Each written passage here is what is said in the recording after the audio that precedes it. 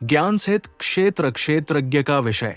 श्री भगवानुवाच इद शरीरं कौन्ते क्षेत्रमित्य भिधीयते अद्यो वेत्ति त प्राहो क्षेत्रज्ञ इति तद्विद।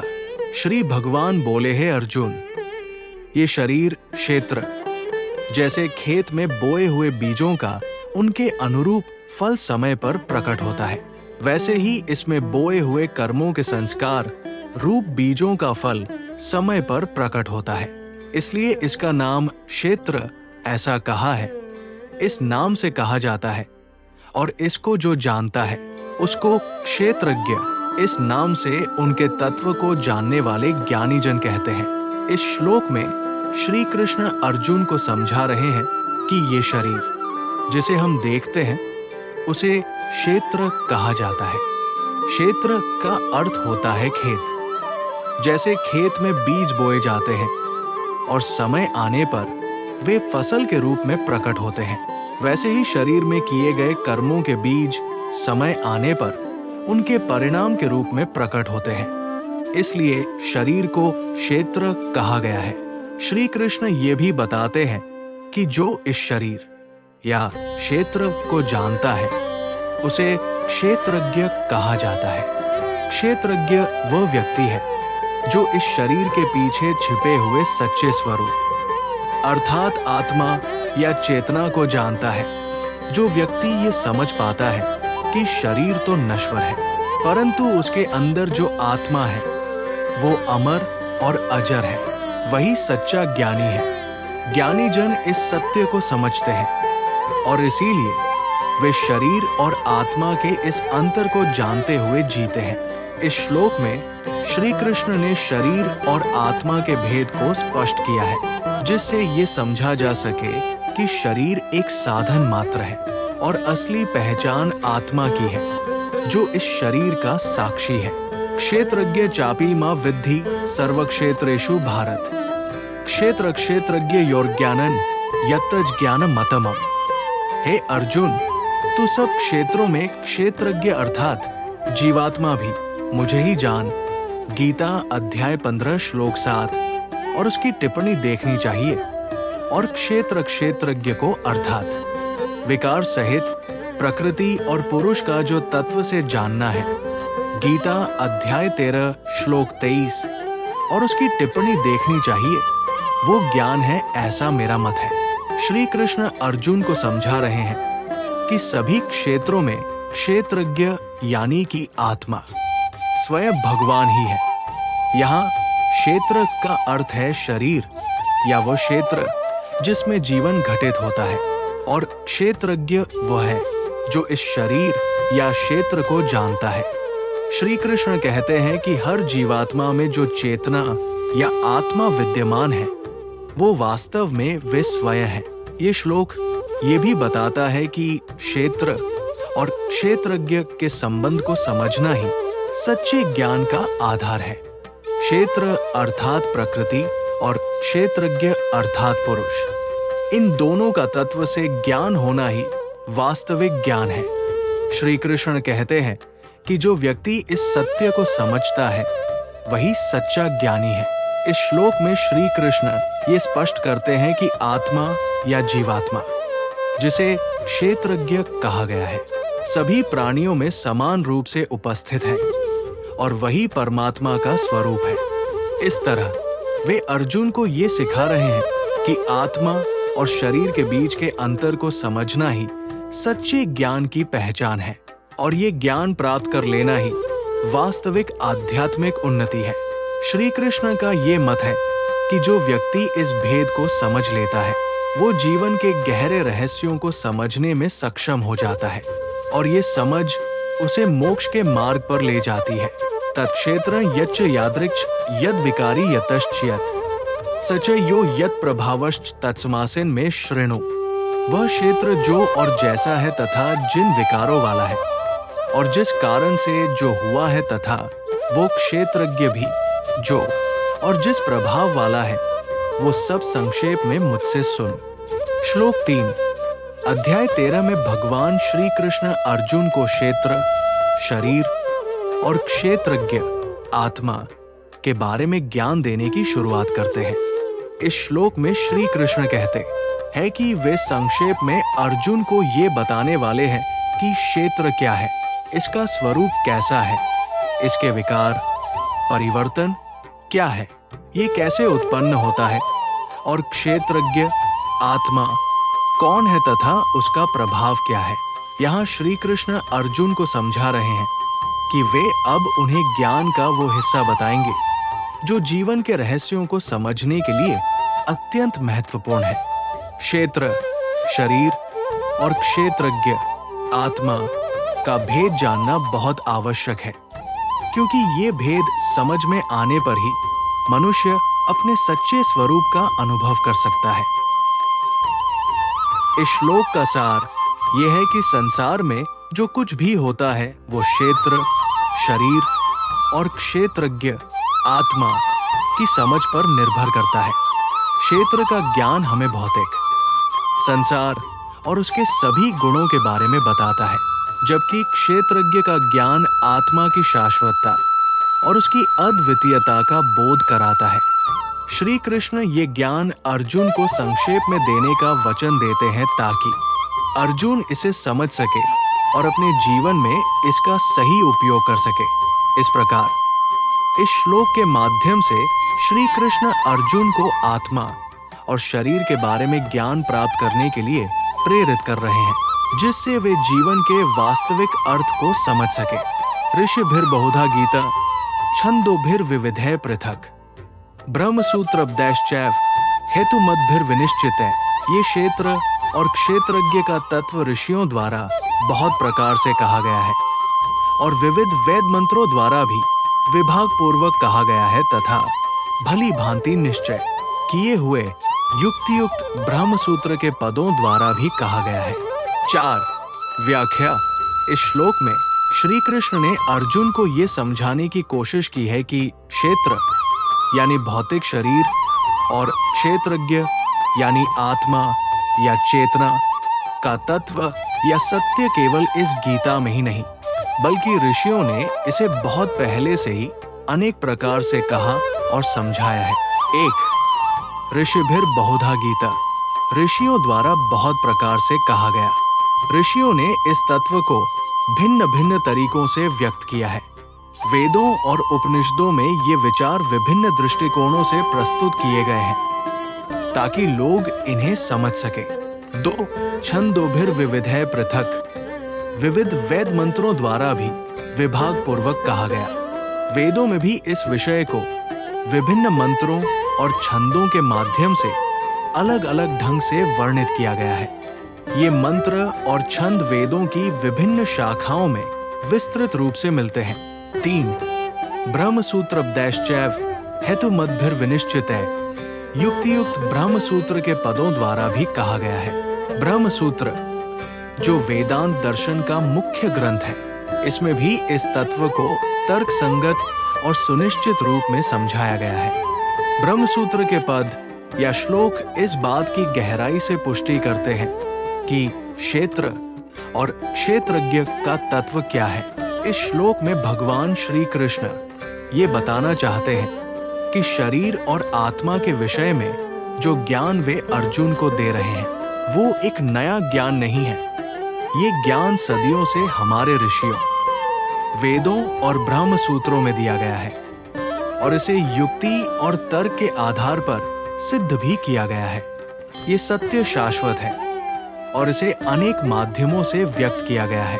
ये श्लोक हमें ये समझने में मदद करता है कि आध्यात्मिक ज्ञान की जड़ें कितनी गहरी हैं और ये ज्ञान हमारे प्राचीन ग्रंथों में कितना समृद्ध और विस्तृत रूप से उपलब्ध है।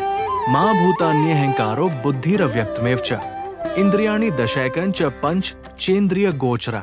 5 महाभूत, अहंकार, बुद्धि और मूल प्रकृति भी तथा 10 इंद्रिया, एक मन और 5 इंद्रियों के विषय अर्थात शब्द, स्पर्श, रूप, रस और गंध। 5. व्याख्या। श्लोक का अर्थ महाभूतानि 5 महाभूत या पंच महाभूत है।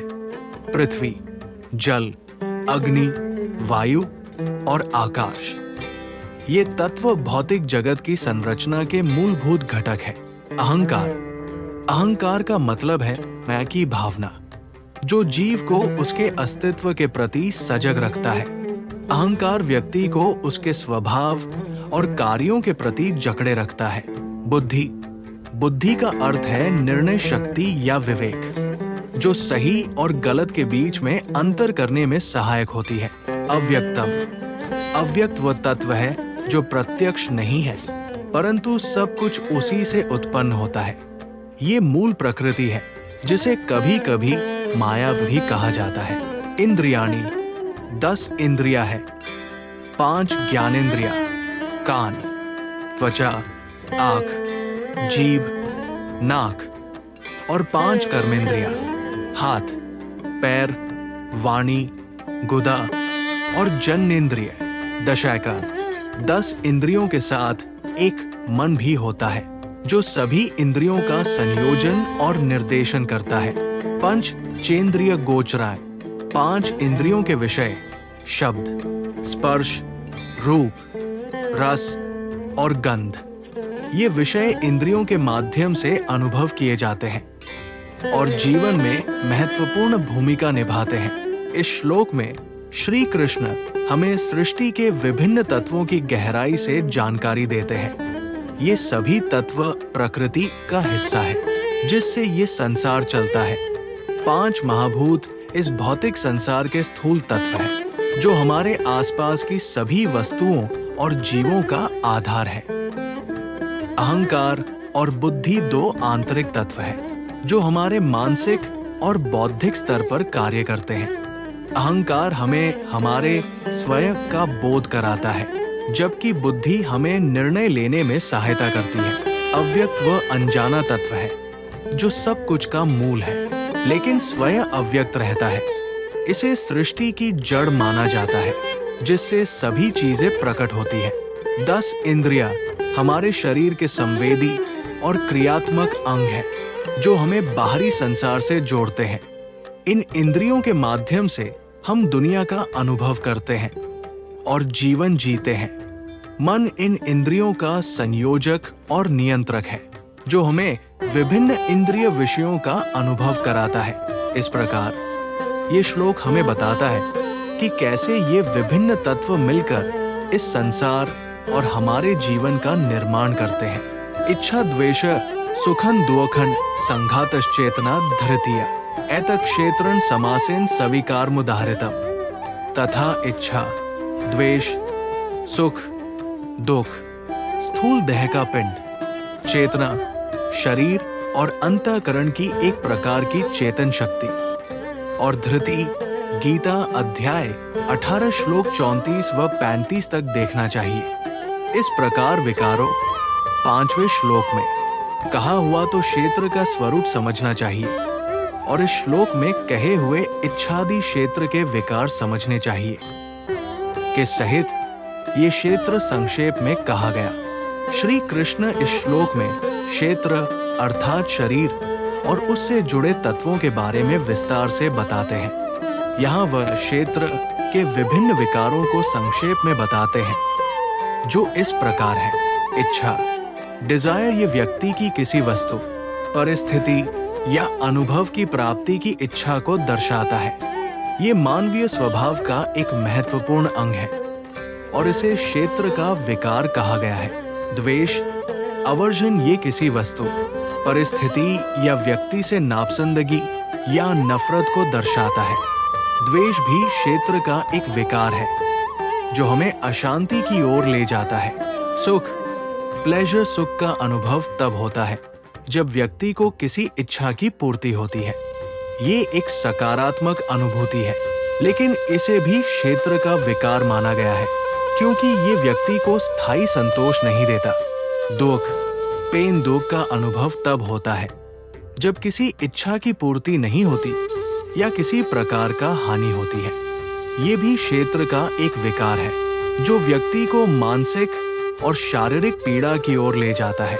संघात, बॉडी शरीर या स्थूल देह का पिंड, जिसमें पंच महाभूतों पृथ्वी, जल, अग्नि, वायु, आकाश का संयोजन होता है।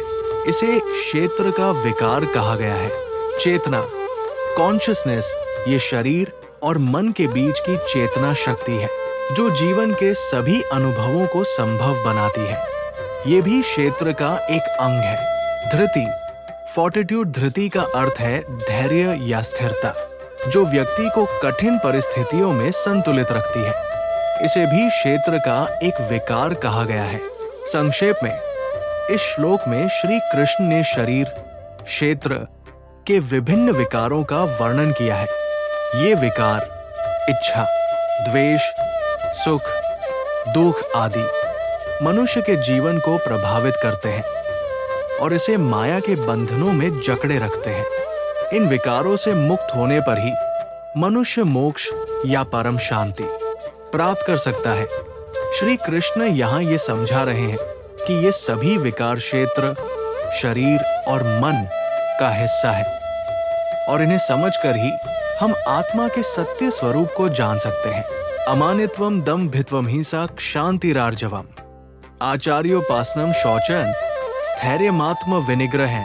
श्रेष्ठता के अभिमान का अभाव, दंभाचरण का अभाव, किसी भी प्राणी को किसी प्रकार भी न सताना, क्षमा भाव, मन वाणी आदि की सरलता, श्रद्धा भक्ति सहित गुरु की सेवा, बाहर भीतर की शुद्धि, सत्यता पूर्वक शुद्ध व्यवहार से द्रव्य की और उसके अन्न से आहार की तथा यथायोग्य बर्ताव से आचरणों की और जल मृत्यु आदि से शरीर की शुद्धि को बाहर की शुद्धि कहते हैं तथा राग, द्वेष और कपट आदि विकारों का नाश होकर अंतःकरण का स्वच्छ हो जाना भीतर की शुद्धि कही जाती है। अंतःकरण की स्थिरता और मनेंद्रियों सहित शरीर का निग्रह। इस श्लोक में भगवान श्री कृष्ण ने ज्ञान प्राप्ति के लिए आवश्यक गुणों और आचरणों का वर्णन किया है।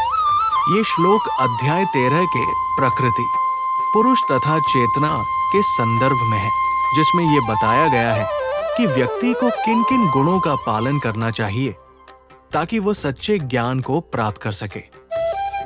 अमानित्वम दम्भित्वम, यहाँ पर अमानित्वम का अर्थ है श्रेष्ठता का अभाव, यानी कि अपने आप को सबसे बड़ा या सबसे श्रेष्ठ मानने का भाव न होना।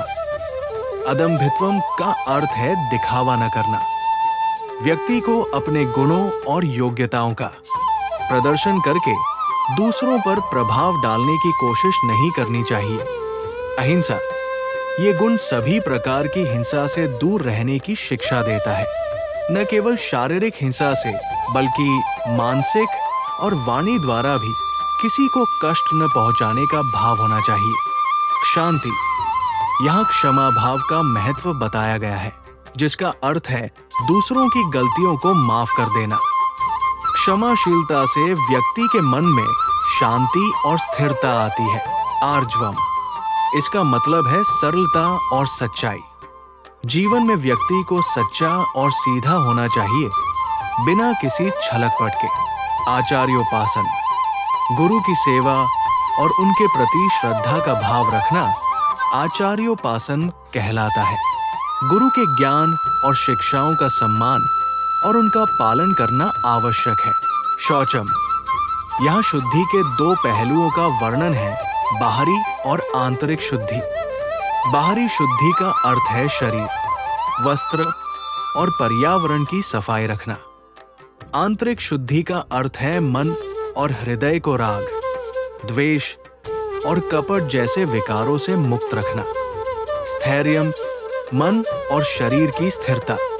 जीवन में आने वाली परेशानियों में धैर्य रखना और अपने लक्ष्य की ओर स्थिर रहना स्थैर्यम कहलाता है। आत्म विनिग्रह, अपने मन, इंद्रियों और शरीर पर नियंत्रण रखना। इच्छाओं और वासनाओं को संयमित करके आत्मनियंत्रण करना। इस श्लोक में भगवान कृष्ण बताते हैं कि ये सभी गुण आत्मज्ञान प्राप्त करने के लिए आवश्यक है। इन गुणों का पालन करके व्यक्ति अपने जीवन में सच्चा ज्ञान प्राप्त कर सकता है और परमात्मा के साक्षात्कार के मार्ग पर अग्रसर हो सकता है। असक्तिरन भिष्वंग पुत्र दारगृहादिषु नित्य च समचित्तत्वमिष्टष्टोपतिषु पुत्र, स्त्री, घर और धन आदि में आसक्ति का अभाव, ममता का न होना तथा प्रिय और अप्रिय की प्राप्ति में सदा ही चित्त का सम रहना। इस श्लोक में भगवान श्री कृष्ण ने मनुष्य के जीवन में वैराग्य और समत्व की महत्ता को समझाया है। यहाँ दो मुख्य गुणों पर जोर दिया गया है। मनुष्य जीवन में अपने पुत्र, पत्नी, घर, धन आदि के प्रति लगाव होना स्वाभाविक है, लेकिन भगवान कहते हैं कि असली आध्यात्मिकता तब प्रकट होती है जब व्यक्ति इनसे आसक्ति नहीं रखता। इसका अर्थ ये नहीं है कि हमें अपने कर्तव्यों को त्याग देना चाहिए, बल्कि ये है कि हमें इन्हें ममता और मोह के साथ नहीं निभाना चाहिए। यदि हम इन संबंधों और भौतिक वस्तुओं से आसक्त हो जाते हैं तो हमारा मन और चित्त उनमें उलझकर रह जाता है, जिससे हम अपने आध्यात्मिक पथ से भटक सकते हैं। इसलिए अपने कर्तव्यों को निभाते हुए हमें अपने मन को इनसे मुक्त रखना चाहिए। जीवन में प्रिय और अप्रिय, सुख और दुख, लाभ और हानि, ये सब परिस्थितियां आती जाती रहती हैं। श्री कृष्ण कहते हैं कि सच्चा योगी वही है जिसका चित्त हर स्थिति में सम रहता है। जब हमें कोई प्रिय वस्तु, व्यक्ति या परिस्थिति प्राप्त होती है तो हमारा मन प्रसन्न होता है, और जब हमें कोई अप्रिय अनुभव होता है तो हम दुखी होते हैं। लेकिन भगवद गीता सिखाती है कि हमें अपने मन को इस द्वंद से ऊपर उठाना चाहिए और इन दोनों अवस्थाओं में समान भाव रखना चाहिए। ये श्लोक हमें सिखाता है कि कैसे एक साधक को अपने जीवन में संतुलन और निर्लिप्तता का अभ्यास करना चाहिए। आसक्ति का त्याग और समचित्तता का पालन ही हमें सच्ची शांति और आत्मज्ञान की ओर ले जा सकते हैं। मयि चानन्य योगेन भक्तिरव्यभिचारिणी विविक देश से वित्वम रतिर्जन संस्ति। मुझ परमेश्वर में अनन्य योग द्वारा अव्यभिचारिणी भक्ति केवल एक सर्वशक्तिमान परमेश्वर को ही अपना स्वामी मानते हुए स्वार्थ और अभिमान का त्याग करके श्रद्धा और भाव सहित परम प्रेम से भगवान का निरंतर चिंतन करना अव्यभिचारिणी भक्ति है तथा एकांत और शुद्ध देश में रहने का स्वभाव और विषयासक्त, मनुष्यों के समुदाय में प्रेम का न होना। इस श्लोक में भगवान श्री कृष्ण ने भक्त के गुणों और उसके आचरण की विशेषताओं का वर्णन किया है। इसमें 3 मुख्य बिंदुओं को स्पष्ट किया गया है। यहाँ अव्यभिचारिणी भक्ति इसका अर्थ है भगवान में अडिग और एकनिष्ठ भक्ति। इस प्रकार की भक्ति में कोई अन्य उद्देश्य या स्वार्थ नहीं होता। भक्त केवल भगवान को ही अपना स्वामी मानता है और उसकी भक्ति में कोई विचलन या परिवर्तन नहीं आता। ये भक्ति केवल भगवान की ओर ही केंद्रित रहती है और उसमें कोई भी अन्य सांसारिक लालसा, कामना या व्यक्तिगत स्वार्थ नहीं होता। विविक्त देश सेवित्वम, विविक्त देश में रहने का स्वभाव। विविक्त देश का अर्थ है एकांत और शुद्ध स्थान, जहां कोई व्यर्थ की बातों या सांसारिक प्रलोभनों से प्रभावित न हो। इस प्रकार का स्थान ध्यान और साधना के लिए उपयुक्त होता है।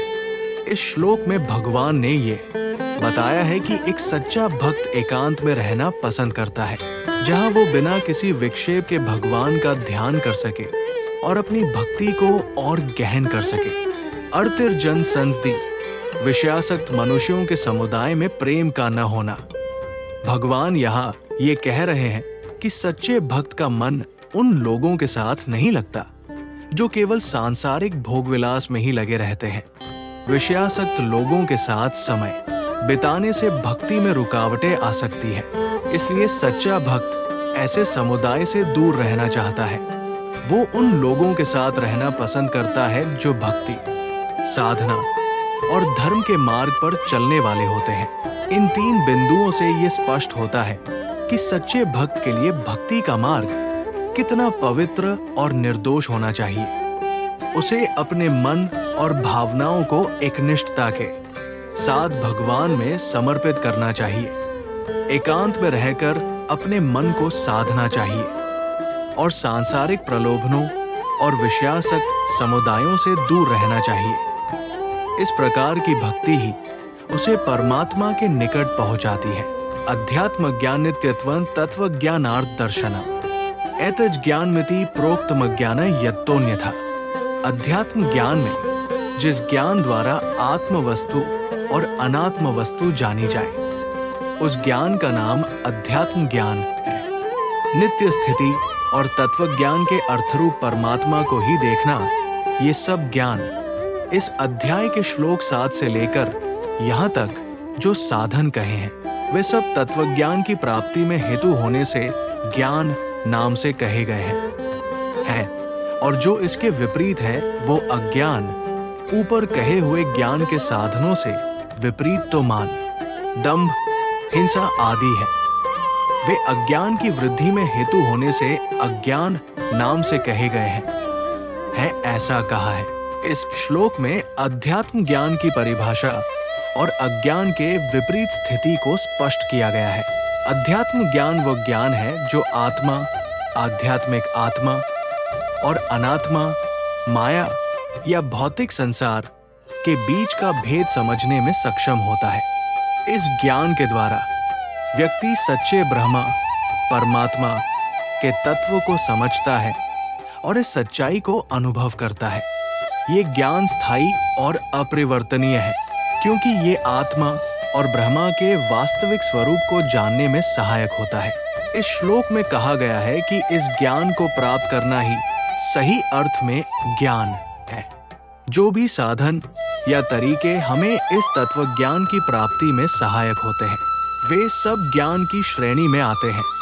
इसके विपरीत अगर हम किसी भी प्रकार के दंभ, अहंकार या हिंसा में लिप्त रहते हैं, तो ये अज्ञान को ही बढ़ावा देता है।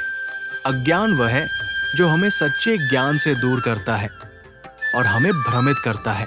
इस प्रकार श्लोक का संदेश ये है कि सच्चा ज्ञान वही है जो हमें आत्मा और ब्रह्मा के वास्तविक स्वरूप को समझने में सहायता करे, जबकि अज्ञान वह है जो हमें इस सच्चाई से दूर करता है।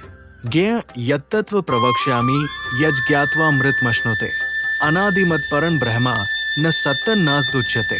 जो जानने योग्य है तथा जिसको जानकर मनुष्य परमानंद को प्राप्त होता है, उसको भली भांति कहूंगा। वो अनादि वाला परम ब्रह्म न सत ही कहा जाता है, न असत ही। इस श्लोक में भगवान श्री कृष्ण ज्ञान और सत्य के परम स्वरूप की व्याख्या कर रहे हैं। वे कहते हैं कि जो सत्य को जानने योग्य है, जिसे जानकर मनुष्य अमृत अर्थात अनंत सुख को प्राप्त करता है, वो परम ब्रह्म है। ज्ञेय यत्तत्व प्रवक्ष्यामि, यहाँ पर ज्ञेय का मतलब है जो जानने योग्य है, और तत्व प्रवक्ष्यामि का अर्थ है मैं उसे स्पष्ट करूंगा। भगवान कह रहे हैं कि मैं तुम्हें उस तत्व की जानकारी दूंगा जो जानने योग्य है।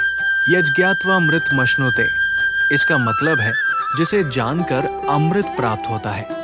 यहाँ अमृत का तात्पर्य है अनंत सुख या मुक्ति, जो केवल ज्ञान प्राप्त करने से ही मिलती है। इस श्लोक के माध्यम से भगवान श्री कृष्ण ने परम ब्रह्म के स्वरूप को स्पष्ट किया है। वे बताते हैं कि ये परम ब्रह्म न तो सत्य के दायरे में आता है और न ही असत्य के दायरे में। ये तत्व सर्वकालिक और अनंत है, और इसे जानने से मनुष्य मोक्ष या अमृत प्राप्त करता है। ये ज्ञान का परिपूर्ण स्वरूप है, जो जीवन की अंतिम और सर्वोत्तम उपलब्धि है। सर्वेंद्रिय गुणाभासन सर्वेंद्रिय विवर्जितम असक्त सर्वभृच्चैव निर्गुण गुणभोक्त्री च। वो संपूर्ण इंद्रियों के विषयों को जानने वाला है, परंतु वास्तव में सब इंद्रियों से रहित है तथा आसक्ति रहित होने पर भी सबका धारण पोषण करने वाला, और निर्गुण होने पर भी गुणों को भोगने वाला है। इस श्लोक में भगवान की प्रकृति का वर्णन किया गया है। यहाँ कुछ मुख्य बिंदुओं की चर्चा की जा रही है। सर्वेंद्रिय गुण आभास, भगवान सब इंद्रियों के गुणों को जानने वाले हैं। अर्थात वे सभी इंद्रियों की क्रियाओं और उनके प्रभावों का पूरा ज्ञान रखते हैं। सर्वेंद्रिय विवर्जितम, परंतु वे स्वयं सभी इंद्रियों से परे हैं। इसका अर्थ है कि भगवान स्वयं इंद्रिय संबंधी नहीं है और उनके ऊपर इंद्रियों का कोई प्रभाव नहीं होता। असक्त, भगवान को किसी भी वस्तु या घटना में आसक्ति नहीं होती। वे सब कुछ धारण करने के बावजूद किसी भी वस्तु से बंधे नहीं होते। सर्वभृच्य, वे संपूर्ण सृष्टि को धारण करने वाले हैं। भगवान समस्त ब्रह्मांड और जीवों का पोषण और संरक्षण करते हैं। निर्गुण गुणभोक्त्री च, भगवान स्वयं निर्गुण होते हुए भी गुणों का अनुभव करते हैं, यानी कि वे गुणों से रहित हैं, फिर भी वे गुणों का भोग करते हैं और उनकी उपस्थिति का अनुभव करते हैं। इस श्लोक का सार ये है कि भगवान का स्वरूप अपार, असीम और गुणों से परे है, लेकिन फिर भी वे समस्त सृष्टि का पालन करने वाले और गुणों का भोग करने वाले हैं। उनका ये गुण ही उनकी सर्वव्यापकता और पूर्णता को दर्शाता है। बहिरंतश्च भूतानां चरण चरमेव च, सूक्ष्मत्वात्तद विज्ञेय दूरस्थ चांति के चतत। वो चराचर सब भूतों के बाहर भीतर परिपूर्ण है और चरचर भी वही है, और वो सूक्ष्म होने से अविज्ञेय, जैसे सूर्य की किरणों में स्थित हुआ जल सूक्ष्म होने से साधारण मनुष्यों के जानने में नहीं आता है, वैसे ही सर्वव्यापी परमात्मा भी सूक्ष्म होने से साधारण मनुष्यों के जानने में नहीं आता है तथा अति समीप में। वो परमात्मा सर्वत्र परिपूर्ण और सबका आत्मा होने से अत्यंत समीप है और दूर में श्रद्धा रहित, अज्ञानी पुरुषों के लिए न जानने के कारण बहुत दूर है भी स्थित वही है। बहिरंतश्च भूतानां चरण चरमेव च, इस वाक्य में कहा जा रहा है कि परमात्मा चर और अचर सभी जीवों के भीतर और बाहर दोनों जगह व्याप्त है, अर्थात वो ब्रह्मा अचर और जीवों चर दोनों के स्वरूप में समाया हुआ है। इस प्रकार परमात्मा सभी स्थितियों में मौजूद है, चाहे वो स्थिर वस्तुएं हो या गतिशील प्राणी। सूक्ष्मत्वात्तद विज्ञेय, यहाँ पर सूक्ष्मता की बात की जा रही है। परमात्मा अत्यंत सूक्ष्म है और इसलिए सामान्य मनुष्यों के लिए उसका ज्ञान प्राप्त करना कठिन है। जैसे सूर्य की किरणों में स्थित जल को सामान्य आंख से देखना कठिन होता है, वैसे ही परमात्मा की सूक्ष्मता के कारण उसका तात्विक स्वरूप मनुष्य की साधारण समझ से परे होता है। दूरस्थ चांति के चतत, ये वाक्य बताता है कि परमात्मा न केवल निकटतम है बल्कि दूरस्थ भी है। भक्तों और ज्ञानी व्यक्तियों के लिए परमात्मा अति समीप है, जबकि अज्ञानी और श्रद्धारहित व्यक्तियों के लिए वो दूर लगता है। ये द्वैत और अद्वैत का भी संकेत है। परमात्मा एक ही समय में सभी जगह पर स्थित है, चाहे वो भौतिक रूप से समीप हो या दूर।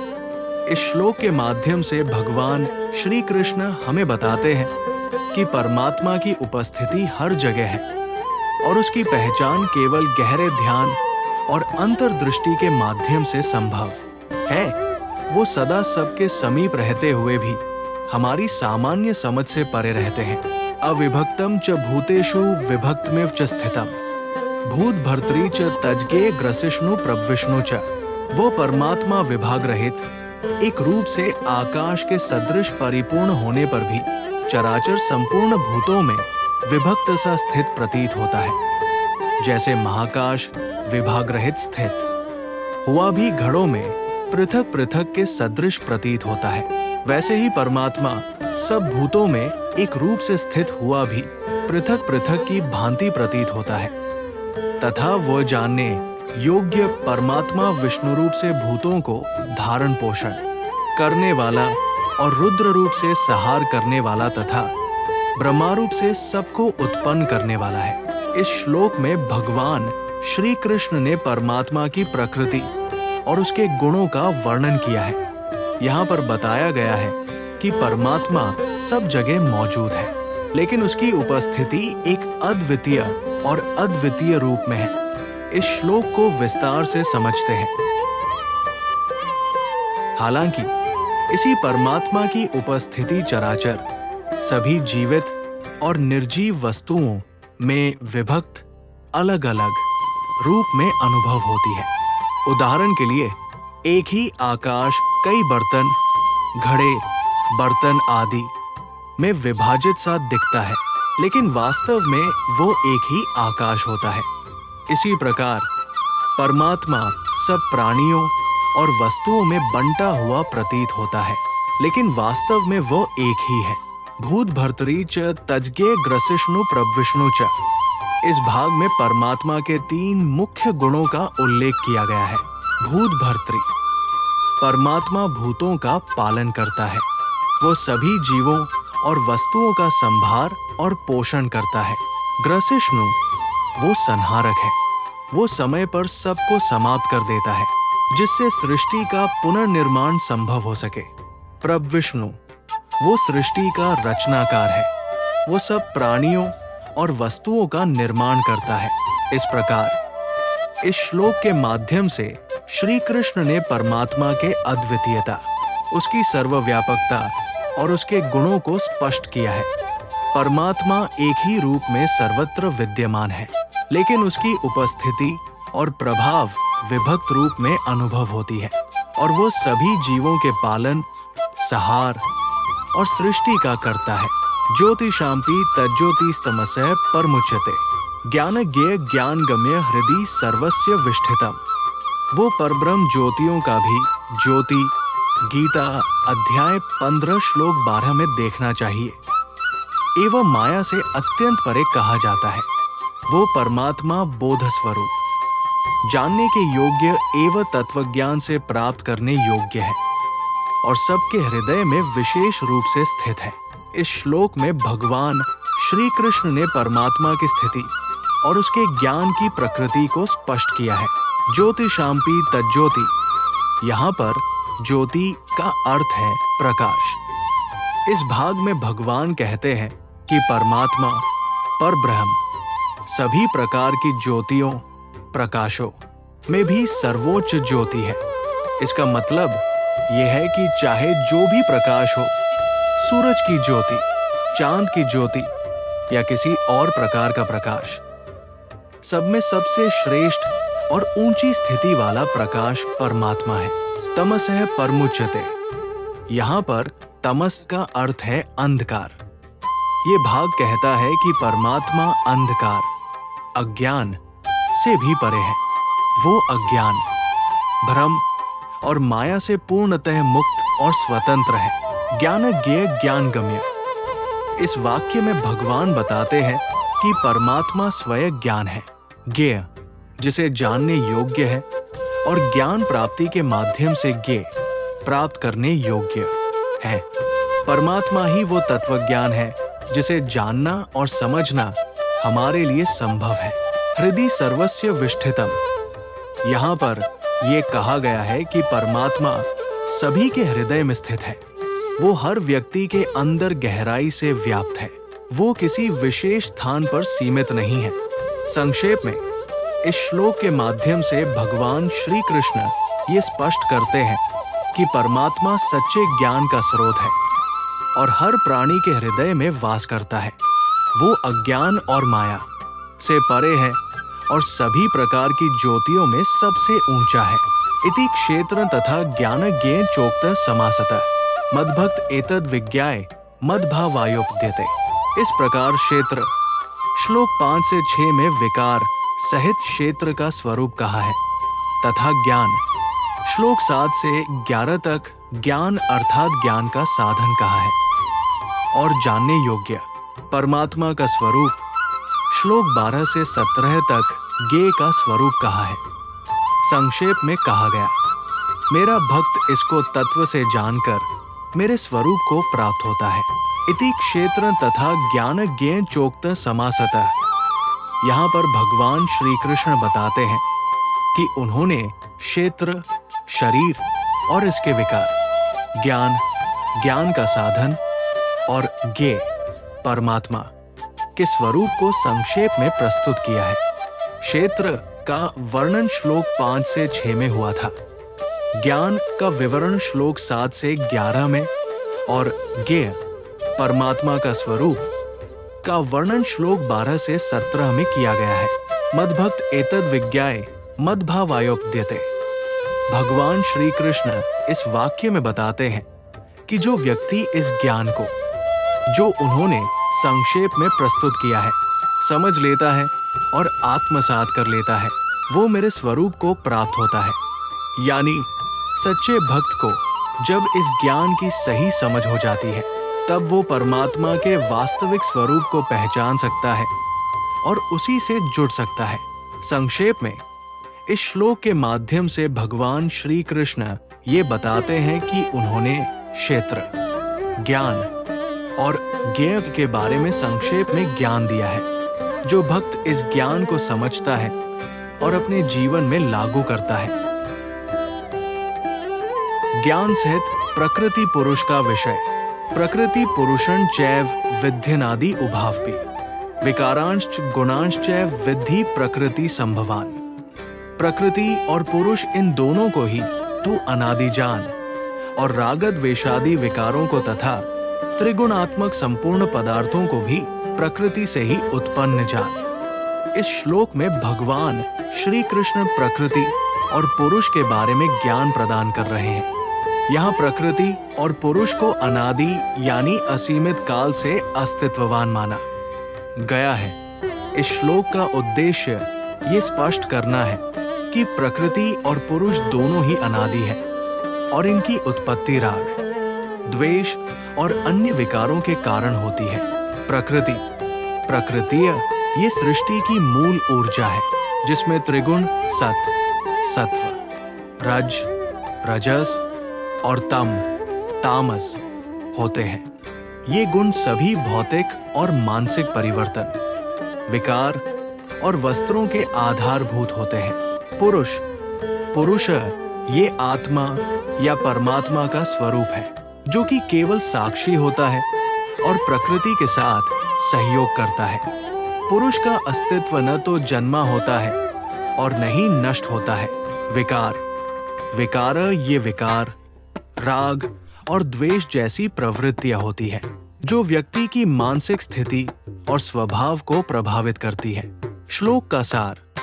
इस श्लोक में भगवान श्री कृष्ण हमें ये समझा रहे हैं कि प्रकृति और पुरुष दोनों ही अनादि हैं और सभी परिवर्तनशीलता और गुण प्रकृति से उत्पन्न होते हैं। राग और द्वेष जैसे विकार भी प्रकृति के गुणों से ही उत्पन्न होते हैं और यही गुण विभिन्न वस्तुओं और जीवों की विशेषताएं निर्धारित करते हैं। इस प्रकार इस श्लोक के माध्यम से भगवान श्री कृष्ण प्रकृति और पुरुष की अनादि प्रकृति और गुणों के आधार पर सभी भौतिक और मानसिक प्रक्रियाओं की व्याख्या करते हैं। कार्यकरण कर्तृत्व हेतु प्रकृतिरुच्यते। पुरुषः सुख दुःखाना भोक्तृत्व हेतुरुच्यते।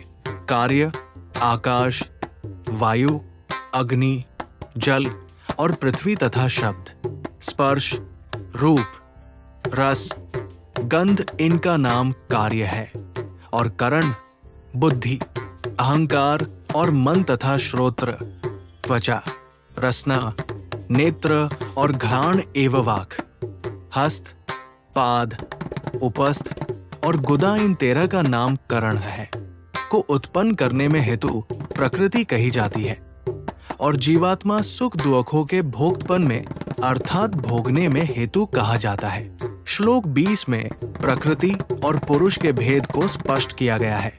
इस श्लोक में मुख्यतः 2 बातें बताई गई हैं। प्रकृति का स्वरूप।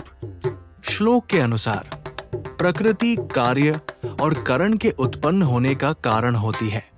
यहाँ कार्य से तात्पर्य उन तत्वों से है जो भौतिक सृष्टि का निर्माण करते हैं, जैसे आकाश, वायु, अग्नि, जल और पृथ्वी। करण से तात्पर्य उन इंद्रियों और मनोवैज्ञानिक तत्वों से है जिनका उपयोग हम भौतिक और मानसिक अनुभव के लिए करते हैं, जैसे बुद्धि, अहंकार, मन, इंद्रियां आदि। प्रकृति इन सभी तत्वों का निर्माण करने वाली ताकत है। पुरुष का स्वरूप। पुरुष यहाँ जीवात्मा को संदर्भित करता है, जो सुख और दुख का अनुभव करता है। अर्थात पुरुष, जीवात्मा उन सभी भौतिक अनुभवों को भोगता है जो प्रकृति द्वारा उत्पन्न किए गए हैं। इस प्रकार श्लोक में स्पष्ट किया गया है कि प्रकृति और पुरुष की भूमिकाएं अलग-अलग हैं। प्रकृति भौतिक और मनोवैज्ञानिक तत्वों का निर्माण करने वाली शक्ति है, जबकि पुरुष उन तत्वों के अनुभव और भोग में संलग्न रहता है। पुरुष प्रकृतिस्थो ही भुंक्ते प्रकृतिजान् गुणान् कारण गुण संगोस्य सत्स द्योनि जन्मसु। प्रकृति में प्रकृति शब्द का अर्थ गीता अध्याय 7 श्लोक 14 में कही हुई भगवान की त्रिगुणमयी माया समझना चाहिए। स्थित ही पुरुष प्रकृति से उत्पन्न त्रिगुणात्मक पदार्थों को भोगता है और इन गुणों का संग ही इस जीवात्मा के अच्छी बुरी योनियों में जन्म लेने का कारण है। सत्वगुण के संग से देवयोनि में, एवं रजोगुण के संग से मनुष्य योनि में और तमोगुण के संग से पशु आदि नीच योनियों में जन्म होता है। इस श्लोक में श्री कृष्ण ने पुरुष और प्रकृति के संबंध को स्पष्ट किया है।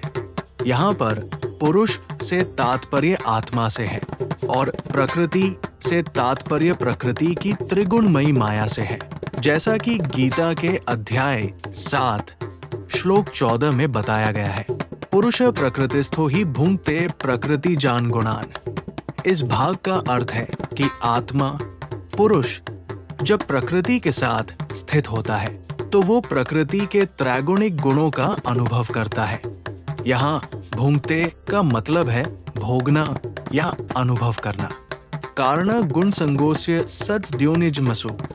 इसका तात्पर्य है कि आत्मा के गुणों से संपर्क संग के कारण उसे विभिन्न योनियों में जन्म लेना पड़ता है।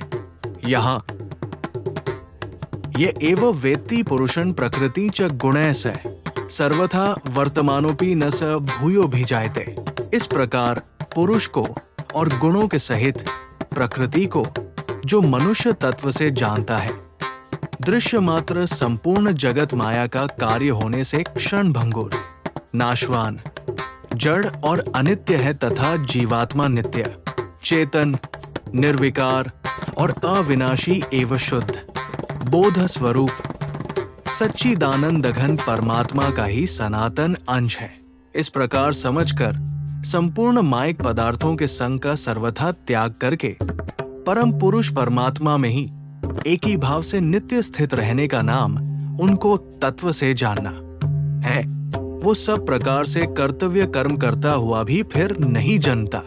इस श्लोक में भगवान श्री कृष्ण ने ये समझाने का प्रयास किया है कि जिस व्यक्ति ने पुरुष, आत्मा और प्रकृति माया को सही अर्थ में समझ लिया है, वो किस प्रकार जन्म मरण के चक्र से मुक्त हो जाता है। जो व्यक्ति पुरुष, आत्मा और प्रकृति माया के गुणों को समग्रता में जानता है, वो समझता है कि माया प्रकृति की संपूर्ण रचना केवल क्षणिक, नाशवान, जड़ और अनित्य है। जीवात्मा, आत्मा नित्य, चेतन, निर्विकार और अविनाशी है। परमात्मा, ईश्वर, शुद्ध, बोध स्वरूप और सच्चिदानंद घन है, जो कि जीवात्मा का सनातन अंश है। त्याग और एकता।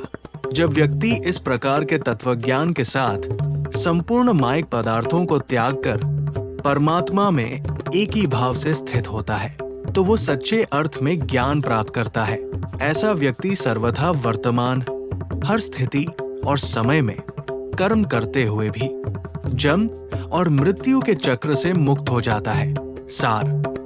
ये श्लोक ये सिखाता है कि ज्ञान की प्राप्ति से और सही तरीके से प्रकृति और पुरुष की पहचान कर एक व्यक्ति कर्म करने के बावजूद पुनर्जन्म से मुक्त हो सकता है। इस प्रकार सच्चे ज्ञान के द्वारा ही आत्मा को शाश्वत शांति प्राप्त होती है। ध्यानेनात्मनि पश्यन्ति केचिदात्मानमात्मना अन्ये सांख्येन योगेन कर्मयोगेन चापरे। उस परमात्मा को कितने ही मनुष्य तो शुद्ध हुई सूक्ष्म बुद्धि से ध्यान, जिसका वर्णन गीता अध्याय 6 में श्लोक 11 से 32 तक विस्तार पूर्वक किया है, द्वारा हृदय में देखते हैं। अन्य कितने ही ज्ञान योग, जिसका वर्णन गीता अध्याय 2 में श्लोक 11 से 30 तक विस्तार पूर्वक किया है, द्वारा और दूसरे कितने ही कर्मयोग, जिसका वर्णन गीता अध्याय 2 में श्लोक 40 से अध्याय समाप्ति पर्यंत विस्तार पूर्वक किया है, द्वारा देखते हैं अर्थात प्राप्त करते हैं। ध्यानेनात्मनि पश्यन्ति, कुछ लोग ध्यान के माध्यम से परमात्मा को देखते हैं। ये ध्यान गीता के अध्याय 6 में विस्तार से वर्णित है, जहाँ ध्यान की विधि, ध्यान की प्रक्रिया और ध्यान के द्वारा आत्मा की पहचान के बारे में बताया गया है।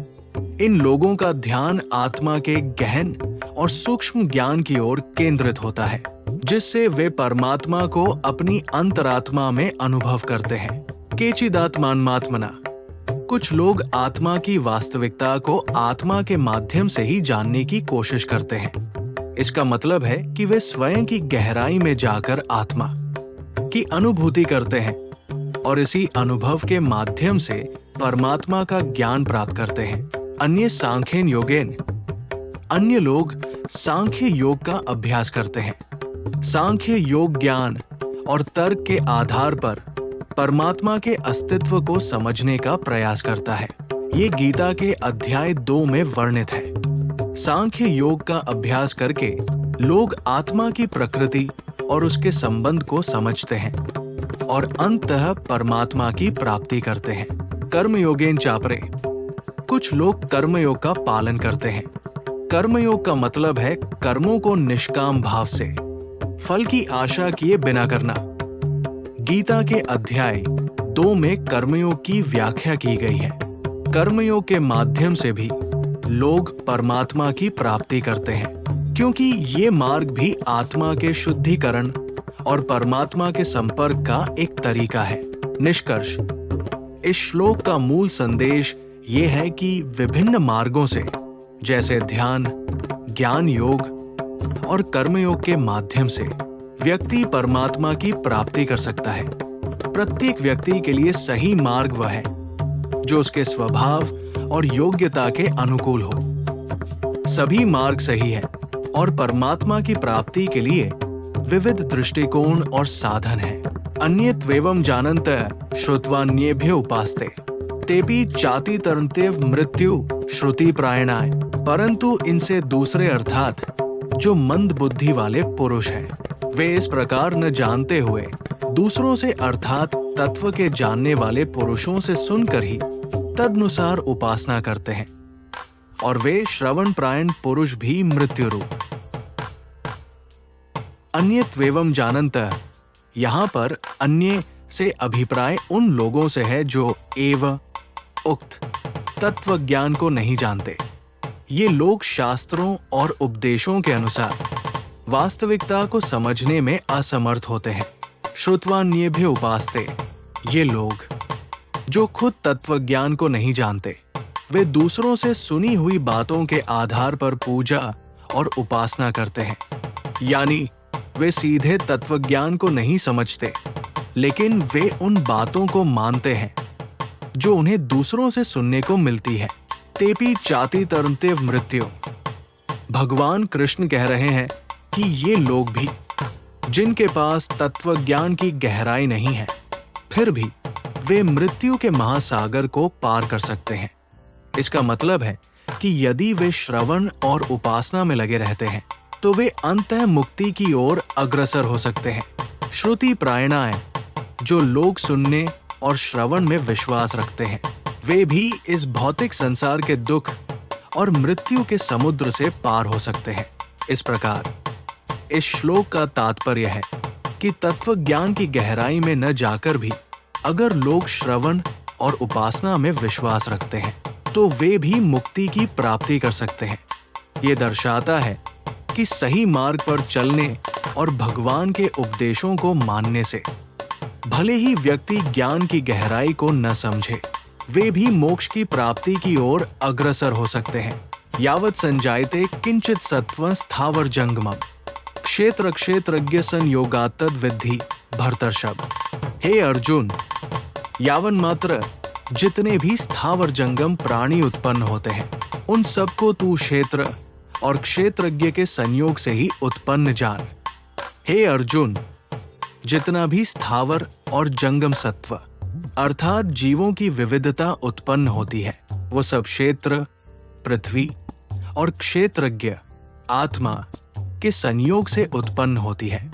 इसका तात्पर्य ये है कि सभी जीव और उनके विभिन्न रूप, चाहे वे स्थावर हों जैसे पेड़ पौधे या जंगम जैसे मनुष्य और पशु, ये सभी क्षेत्र और क्षेत्रज्ञ के मिलन से उत्पन्न होते हैं। ये श्लोक प्रकृति और आत्मा के बीच के संबंध को स्पष्ट करता है। क्षेत्र अर्थात शरीर या भौतिक जगत और क्षेत्रज्ञ अर्थात आत्मा या चेतना, दोनों का संगम ही जीवन और सत्व के सभी रूपों का निर्माण करता है। ये श्लोक हमें ये समझाने का प्रयास करता है कि जीवों की उत्पत्ति और उनके विविध रूप एक गहन आध्यात्मिक सत्य के परिणाम है, जहां भौतिक तत्व क्षेत्र और आध्यात्मिक तत्व क्षेत्रज्ञ का मिलन जीवन का आधार है। ये जीवन की प्रकृति को समझने में सहायक है और हमें ये भी बताता है कि सभी जीवों का अस्तित्व और उनके स्वरूप इन दोनों के संयोजन से है। सम सर्वेषु भूतेषु तिष्ठन्त परमेश्वरम विनश्यत्स्व विनश्यन्त ये पश्यति स पश्यति। जो पुरुष नष्ट होते हुए सब चराचर भूतों में परमेश्वर को नाशरहित और संभाव से स्थित देखता है वही यथार्थ देखता है। इस श्लोक में भगवान श्री कृष्ण ने हमें ये सिखाया है कि वास्तविक दृष्टि किसे कहा जा सकता है। यहाँ पर भगवान परमेश्वर की पहचान और उनका स्वरूप समझाने की कोशिश की जा रही है। श्लोक का अर्थ, जो पुरुष नष्ट होते हुए सब चराचर भूतों में परमेश्वर को नाशरहित और संभाव से स्थित देखता है वही यथार्थ देखता है। सम सर्वेषु भूतेषु तिष्ठन्त परमेश्वरम। इसका तात्पर्य है कि परमेश्वर हर एक प्राणी, चाहे वो चल फिर सकता हो या स्थिर हो, में एक समान रूप से स्थित है। वे सबके अंदर संभाव से स्थित रहते हैं, किसी भी भेदभाव के बिना। विनश्यत्स्व विनश्यन्त, यहाँ पर परमेश्वर की स्थिरता और नाशरहितता का वर्णन किया गया है। संसार के सभी प्राणी और वस्तुएं नाशवान हैं, लेकिन परमेश्वर नाशरहित है। वे सदा एक समान रहते हैं, वे कभी बदलते नहीं और नष्ट नहीं होते। ये पश्यति स पश्यति। जो व्यक्ति इस सच्चाई को समझता है कि परमेश्वर सब प्राणियों में एक समान रूप से विद्यमान है और वे नाशरहित है, वही वास्तव में देखता है। इस प्रकार इस श्लोक में भगवान श्री कृष्ण ने हमें ये ज्ञान दिया है कि सच्ची दृष्टि वही है जो सभी प्राणियों में एक समान परमेश्वर को देखे और ये समझे कि वो नाशरहित और स्थिर है। ये श्लोक हमें सिखाता है कि बाहरी रूप रंग और भौतिक बदलावों से परे परमेश्वर का वास्तविक स्वरूप नाशरहित और अनंत है। यही सच्ची दृष्टि है। समपश्यन् हि सर्वत्र संवस्थितमीश्वरम् न हीनस्त्यात्मनात्मान ततो याति परांगतिम्।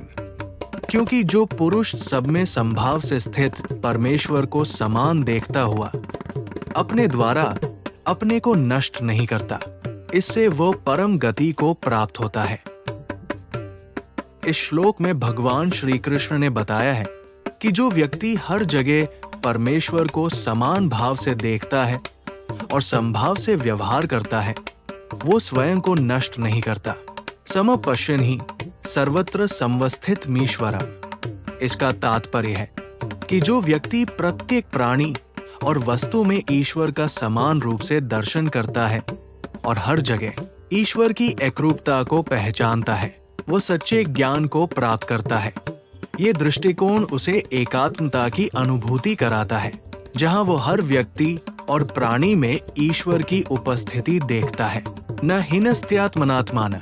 इसका अर्थ है कि ऐसे व्यक्ति द्वारा अपने आत्मा को नष्ट नहीं किया जाता। यहाँ आत्मनात्माना का तात्पर्य अपने आत्मा से स्वयं को नष्ट करने से है।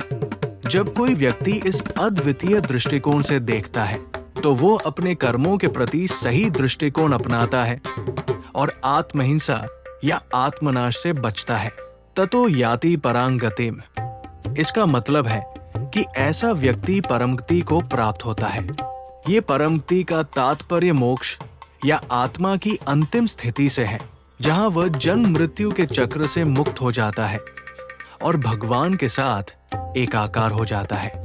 इस श्लोक में भगवान श्री कृष्ण ने कहा है कि जो व्यक्ति हर वस्तु और प्राणी में ईश्वर की समानता को देखता है और अपने कर्मों में संभाव बनाए रखता है, वो स्वयं को नष्ट नहीं करता और अंततः परमगति को प्राप्त करता है। ये श्लोक हमें सिखाता है कि आत्मा के उच्चतम स्तर को प्राप्त करने के लिए समानता और संभाव की दृष्टि आवश्यक है। प्रकृत्यैव च कर्माणि क्रियमाणानि सर्वशः ये पश्यति तथात्मानं कर्तारं स पश्यति। और जो पुरुष संपूर्ण कर्मों को सब प्रकार से प्रकृति द्वारा ही किए जाते हुए देखता है और आत्मा को अकर्ता देखता है, वही यथार्थ देखता है। प्रकृति और कर्म। श्लोक के पहले भाग में कहा गया है कि सभी कर्म प्रकृति, प्राकृतिक तत्व द्वारा किए जाते हैं।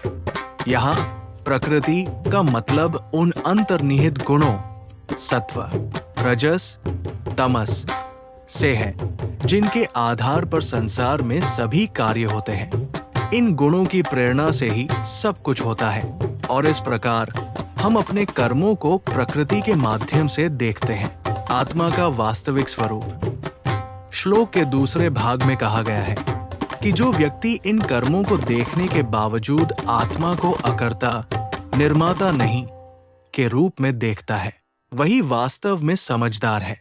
इसका तात्पर्य यह है कि आत्मा, अहम, स्वयं कर्म नहीं करता है, बल्कि वो केवल दृष्टा है।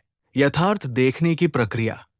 जब व्यक्ति ये समझ जाता है कि कर्म करने वाला वास्तव में प्रकृति है और आत्मा अकर्ता है, तो वो वास्तविकता को समझ पाता है।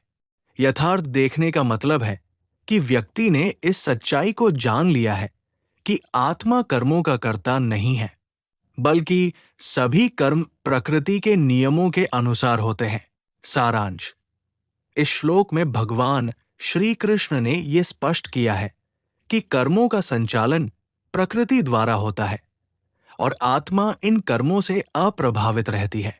जो व्यक्ति इस सत्य को समझता है, वही सच्चे अर्थ में यथार्थ को देखता है और ज्ञान प्राप्त करता है।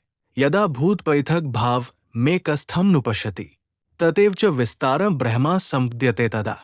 जिस क्षण ये पुरुष भूतों के पृथक पृथक भाव को एक परमात्मा में ही स्थित तथा उस परमात्मा से ही संपूर्ण भूतों का विस्तार देखता है, उसी क्षण वो सच्चिदानंद घन ब्रह्मा को प्राप्त हो जाता है। भूत पृथक भाव। इसका तात्पर्य है भूतों, प्राणियों की विविधता और पृथक अस्तित्व। इस संसार में विभिन्न जीव और पदार्थ हैं जो अलग अलग रूपों में दिखते हैं। एकस्थं नुपश्यति। जब कोई व्यक्ति इन विविधताओं को देखता है और समझता है कि ये सभी एक ही परमात्मा की अभिव्यक्तियां हैं, तब वो एकता की दृष्टि प्राप्त करता है। ततएव च विस्तार। यहाँ पर विस्तार से तात्पर्य है कि जिस समय ये व्यक्ति सभी भूतों को एक ही ब्रह्मा, परमात्मा से संबंधित देखता है, वो वास्तव में ब्रह्मा के साथ एकाकार हो जाता है। ब्रह्मा संपद्यते। ये स्थिति ब्रह्मा की प्राप्ति का संकेत है। जब व्यक्ति अपनी चेतना को इस ब्रह्मा के साथ जोड़ लेता है, तब वो सच्चिदानंद घन ब्रह्मा की अनुभूति करता है।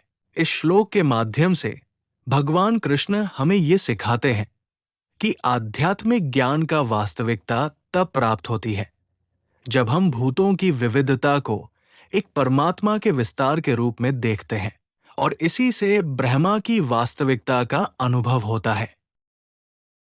अनादित्वान् निर्गुणत्वात् परमात्मायम् अव्यय शरीरस्थोपि कौन्तेय न करोति न लिप्यते।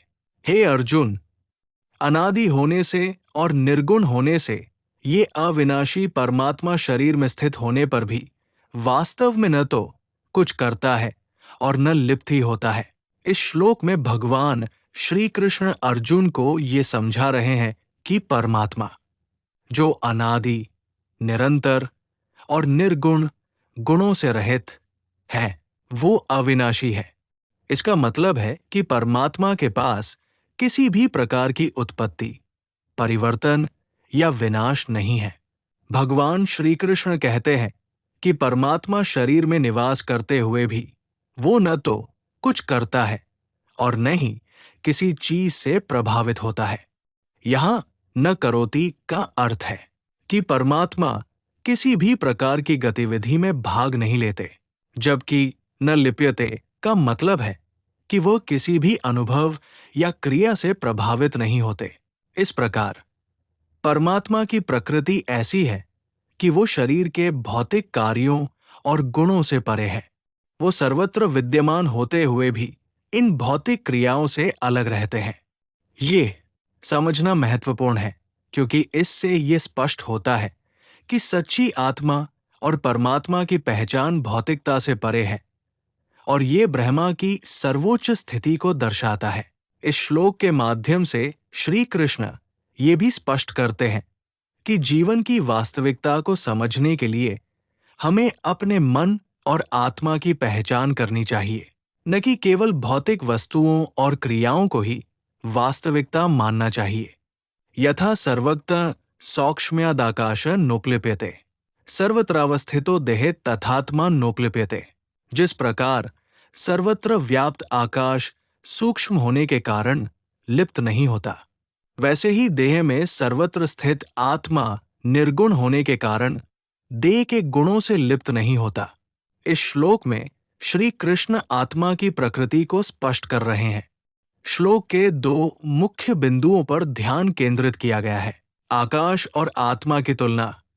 आकाश का गुण यह है कि वो सूक्ष्म और सर्वव्यापी होता है, इसलिए आकाश का किसी भी वस्तु से संपर्क नहीं होता।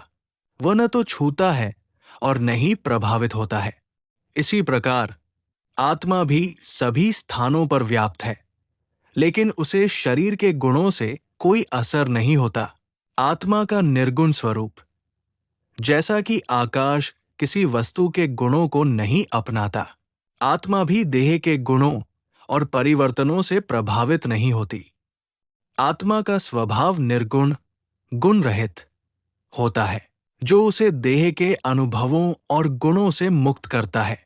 इस प्रकार इस श्लोक में आत्मा की शुद्धता और अपरिवर्तनीयता को दर्शाया गया है, जो शरीर के भौतिक गुणों से परे रहती है। आत्मा का ये स्वभाव उसे शाश्वत और अविनाशी बनाता है, जबकि शरीर समय के साथ बदलता और समाप्त होता है। यथा प्रकाशत्येक कृत्स्न लोकमिम रविया, क्षेत्र क्षेत्री तथा कृत्स्न प्रकाशति भारत। हे अर्जुन, जिस प्रकार एक ही सूर्य इस संपूर्ण ब्रह्मांड को प्रकाशित करता है, उसी प्रकार एक ही आत्मा संपूर्ण क्षेत्र को प्रकाशित करता है। यथा प्रकाशत्येक कृत्स्न लोकमिम रविया। इस भाग में भगवान श्री कृष्ण ये संकेत कर रहे हैं कि सूर्य, रवि एक ही प्रकाश के माध्यम से पूरे ब्रह्मांड को प्रकाशित करता है। सूर्य का प्रकाश संपूर्ण आकाश और पृथ्वी को एक समान तरीके से रोशन करता है, जिससे हर कोना उजागर हो जाता है। क्षेत्र क्षेत्री तथा कृत्स्न प्रकाशति भारत। इसी प्रकार एक ही आत्मा, क्षेत्री संपूर्ण शरीर, क्षेत्र को प्रकट करता है। आत्मा, जो कि हमारे भीतर का प्रकाश है, शरीर की संपूर्ण गतिविधियों और अनुभवों को रोशन करता है। ये आत्मा ही है जो सभी संवेदनाओं, विचारों और अनुभवों को स्पष्टता प्रदान करता है। इस श्लोक के माध्यम से भगवान श्री कृष्ण ये दर्शाना चाहते हैं कि आत्मा, जैसा कि सूर्य का प्रकाश संपूर्ण विश्व को प्रकाशित करता है, वैसे ही आत्मा संपूर्ण शरीर और उसके अनुभवों को प्रकट और स्पष्ट करता है। आत्मा और शरीर के इस संबंध को समझना हमें जीवन की सच्चाई और आत्मज्ञान की ओर ले जाता है। क्षेत्र क्षेत्रज्ञ योरेव मंत्र ज्ञान चक्षुषा भूत प्रकृति मोक्षं च ये विदुर्यान्ति ते परम। इस प्रकार क्षेत्र और क्षेत्रज्ञ के भेद को, क्षेत्र को जड़, विकारी, क्षणिक और नाशवान तथा क्षेत्रज्ञ को नित्य, चेतन, अविकारी और अविनाशी जानना ही उनके भेद को जानना है तथा कार्य सहित प्रकृति से मुक्त होने को जो पुरुष ज्ञान नेत्रों द्वारा तत्व से जानते हैं, वे महात्माजन परम ब्रह्मा परमात्मा को प्राप्त होते हैं।